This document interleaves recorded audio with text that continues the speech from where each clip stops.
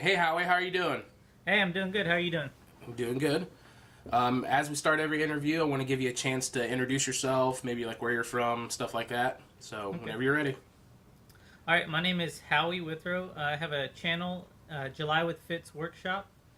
I'm out in Deer Park, Texas. It's kind of south of Houston. Not a lot going on down south, but we're close to the beach, which is kind of cool. I live with my wife Cassie and our two kids, Stella and Sailor. And I have a shop in my garage, so that's kind of where I'm at now. Cool. All right, we want to maybe go a little bit more in depth with your background, like what'd you go to school for, what do you do for a living, what have you done in the past, things you've done, things you've seen, stuff like that. Sure. Yeah, I went to school originally to become an auto body man and paint cars and stuff, but I don't know, I just wasn't interested in that. So then I moved on to drafting, doing AutoCAD and stuff like that. So I've been doing that for almost, I think like 10 years. Wow. But I was working at a shop. We built playgrounds for like churches and schools and stuff like that. So I would design the parts and then cut them out on the CNC machine. Okay. So then I got a lot of machining experience. So it's kind of like designer and builder kind of experience. So then, I guess it's just like a natural progression from there, building stuff at work, and then at home you wanted to build actually cool stuff, So, Cool. yeah. All right, so you're a maker. That's why we're talking to you. What kind of things do you like to make? I mean, people that have seen your channel know what kind of stuff you like to make, but what about people that haven't seen your channel? What I really like to make is kind of functional stuff that I guess solves a problem, but may not be invented yet or something like that. I guess like the can koozie, that I made out of EVA foam. That was just like a weird idea that I had, and then it kind of worked out in my favor, so that was cool. But what I really want to start getting into is more artistic things, maybe some crazy sculptural stuff that doesn't serve any kind of purpose, just for fun, Right. Those are the funnest ones to make sometimes, ones that don't have any rhyme or reason to them. They're just fun. Oh, yeah.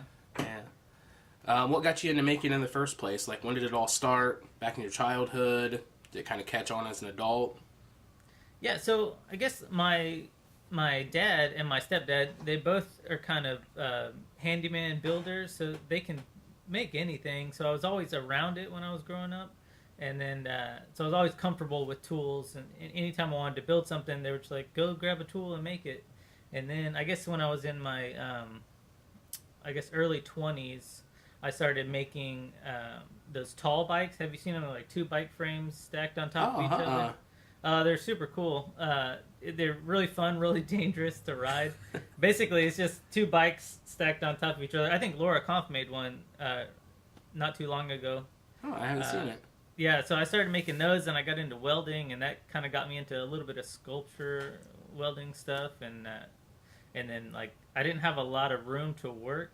I had a tiny little apartment patio, so I had to, like, cram stuff in there. So, yeah. Cool. I cut you off guard a little bit with this one, but what would you say your favorite tool is? Favorite tool? I would say is my bandsaw. I really like my bandsaw a lot. I just got a 1/4-inch blade to fit on there, and now it's just like a souped-up scroll saw. It's awesome. Yeah. Right. All right. What made you want to start making YouTube videos?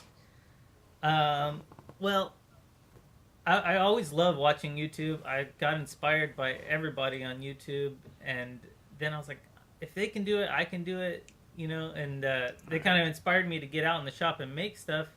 I was like, well, I'm making some cool stuff. Maybe I can film it and put it on YouTube and see if anyone's interested. And kind of I wanted to be a part of that community. Mm-hmm. And I guess that was the best way I could figure to join the community was to put myself inside, kind of put myself out there and join it. So that's kind of really what I wanted to do it. Cool. And also I don't want it like a regular day job, so hopefully it evolves into something so I could do this for a living, That'd be great, wouldn't it? Oh, yeah. The dream. What has your journey been like so far? Like the ups and downs, highs and lows with YouTube itself. With Like, YouTube, how's that? Yeah. well, at first it is very slow going, so it's like it takes forever to take off. And for me, it took me a while to, I guess, find my groove and I guess like get comfortable on camera and not be embarrassed of what I was the content I was producing. So I guess the biggest like hurdle getting over was just becoming comfortable and say, hey, I have a YouTube channel, you should check it out, instead of trying to keep it secret, because I was embarrassed, so I didn't want to show anybody, but I wanted to grow. So there's like, I don't know, it's hard to do. That is one of the hardest things to do, is to put yourself out there not knowing, nobody knows you, and you just have to wing it. Yeah.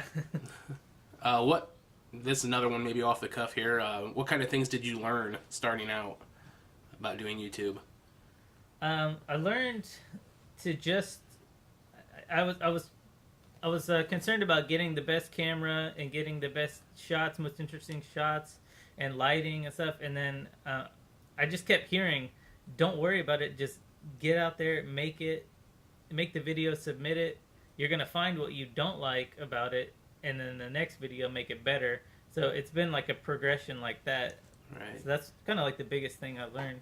So can you go back and watch your first videos and your videos now and see a difference in it to yourself? Yes, definitely. Like it's in a dark garage, you can't hear me. Things are out of shot. I think I'm on camera, but I'm not. And yeah, it's a big difference. Yeah, it's awesome how you can learn and grow as you're doing it, and you can see your progression. Mm-hmm. Definitely. Yeah.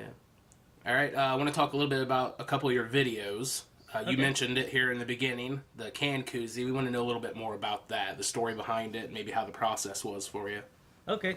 Yeah, so at the end of the video, I mentioned that I heard this podcast, and they had talked about, like, in the 1900s, some guys were cutting up chunks of frozen lakes and trying to ship them overseas to countries that didn't have ice, I guess, that were hotter and stuff. Right. So and they were packing them in sawdust. That gave me a great idea to make a koozie out of sawdust.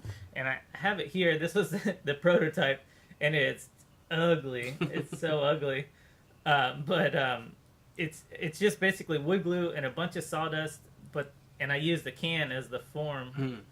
But then it just shrunk and shrunk and shrunk over time. It took weeks to dry. It was so weird. But then I was like, oh, I'll just make one out of EVA foam.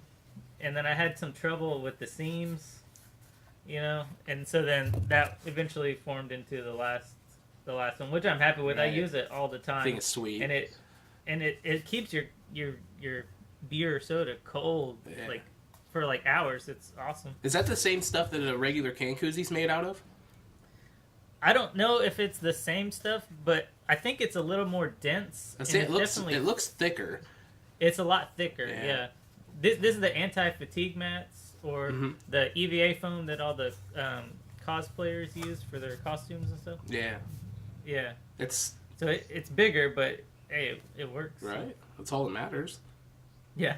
All right. For anybody that hasn't seen your channel, Sporco. Tell us a little bit more about Sporco. So we have this what is it? A Army surplus store by the house, and sometimes I go in there and they've got cool bags and hats and all kinds of cool Army gear and military stuff. And then I saw this camping spoon. It was a metal spoon, so it was a fork on one side, spoon on the other. And I was like, that would just be fun to make. So then I went and I made one, and then it was totally goofy, not really practical. The wood I used is like some spalted log, so it's probably not the best. But then I made a bunch of blanks. I just haven't finished them, so I probably have like 4 or 5 more that I haven't cut the prongs in or cut the spoon out. So if anyone wants one, let me know, because I just have them laying around. It is neat though, and it's cool how you were there and you saw something that sparked you to want to make something like that. Yeah, definitely. It's crazy how you can find inspiration in the craziest of places. Oh yeah, all over. Yeah. All right, you're of course part of the maker community, so we want to get your thoughts on the maker community as a whole. So yeah, I love the Facebook group that everyone's kind of a part of. It's super cool and encouraging. Everyone on there is amazing.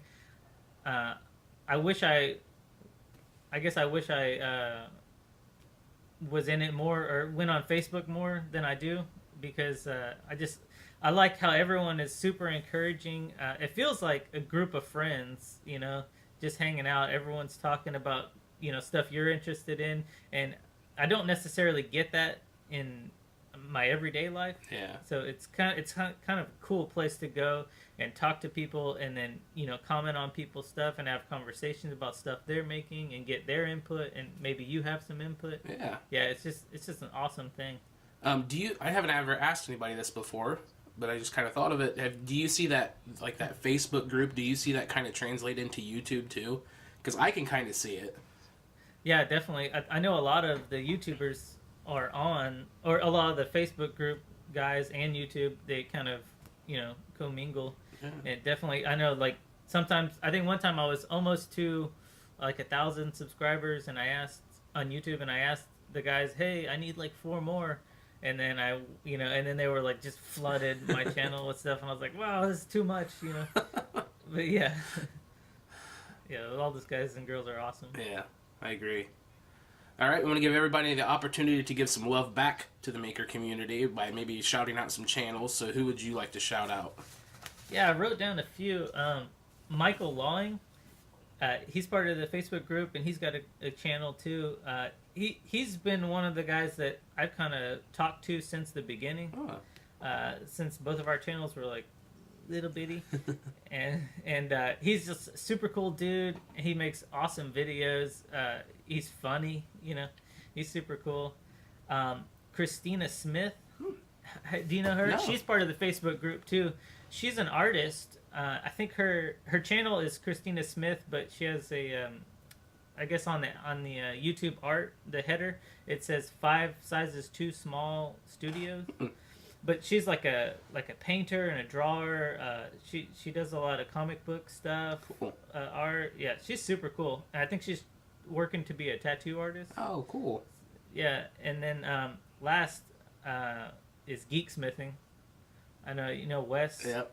Yeah, he's an awesome artist as well. I was looking at his videos of his like the Mario Kart nursery and the Zelda nursery.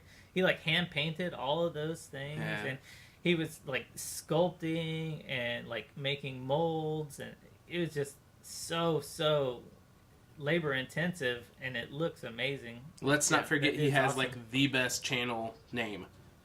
Yeah, Perfect. It's awesome. Yeah, I love his logo. It's so cool. Yeah. Yeah. Real quick, how many tattoos do you have? Oh man, I think after 40 I stopped counting, but I have to go back and like here's one, I have to like, and then I forget a couple because I don't see him every day. Cool. All right, My wife has actually given me a couple tattoos. There's Really? some like tiny little ones like over there, Cool. Because I used to be a tattoo artist in the back in the day. So at home we would kind of get bored sometimes, and I'd let her grab the machine and. That's cool. That's most of mine on this arm I did myself. Oh, nice. Yeah, because I'm That's awesome. right-handed, so I was able to do my left hand Yeah. and some on my leg. But yeah, that's cool. I didn't know you did that.